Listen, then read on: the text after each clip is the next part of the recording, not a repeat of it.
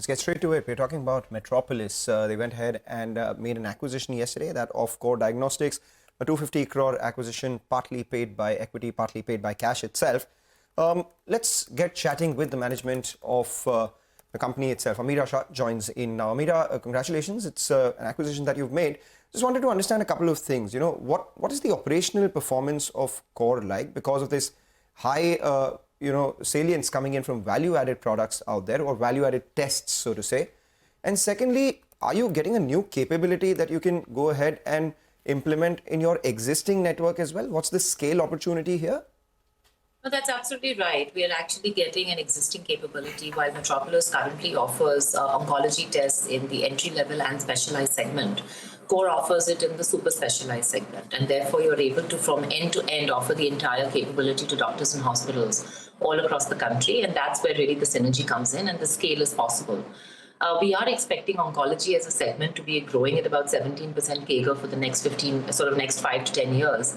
As a segment, and we obviously, as leaders in the industry, as this acquisition catapults us to the leading cancer chain for testing across the country, we do hope to grow certainly faster than the industry, at this point of time. So, the business opportunity and the financial opportunity at hand is that Core Diagnostics is a good quality business, but subscale, and therefore doesn't really have great profitability at this point. If it was a fully matured, profitable enterprise, we would be paying far more for it. But here we are getting the opportunity to get something which is subscale and truly create the profit in it in the next couple of years. And in 4 years' time, we believe it will come back to the sort of Metropolis margin rate of it as well. All right. Hi, Ameera. Good morning and good to see you in. This is Nigel on this side. So as you said, it's not functioning at optimum levels. How do you see this business scaling up? It's doing roughly around 100 crores. What are the current margins? And as you said, I think next 3 years you expect it to come online. But as of now, what is the margin outlook? And in terms of cross-selling, someone who is going for an oncology test, but they wanted some normal tests as well. Now there's a volume driver even for your core business, because now they can do both at the same place. So run us through those details. That's right. If you actually look at the profitability currently of Core in 24-25, it is profitable, but a low single margin profitability from an operational basis. And like we said, over a period of 4 years, we believe this should come to the Metropolis margin. So we'll be able to create that internally. And that value is what will get generated for Metropolis shareholders, over this period of time. The business has a couple of cross-sell opportunities and some core synergies at the back end as well. So the cross-sell opportunities, and you're thinking of it from a consumer angle, but you have to think about it from a patient angle. When a patient is going to actually get tested for cancer, they need entry-level. Yes. The doctor will then prescribe specialized tests, and all of that gets done in Metropolis with our infrastructure in 750 cities and towns across India. But when that patient was found that they had cancer and they had to go to treatment, the very super specialized tests were not available with us, and that patient would potentially go to Core or somebody else. And Core was not getting the initial patients which had the screening because they don't have the infrastructure all over the country. So by bringing these two together, you're able to provide from end to end all the tests that a consumer or a patient suffering from cancer would need, with the most cutting edge, innovative stuff happening in the country and in the world. Right. So just to explain that point a little further, if you had to look at a pyramid as to basic tests of oncology, what is that target market or total addressable market out there? And as you move higher towards the specialization, it's something that Core's capability is. What is that TAM? What is that growing at? And, how many patients of yours on an average who get basic oncology testings done go ahead and do the specialized testing from not necessarily Core, but other players as well? We just want to understand that flow through. See, currently the full cancer testing market is estimated at about 5,000 odd crores. Right? Okay. 4 to 5,000 odd crores.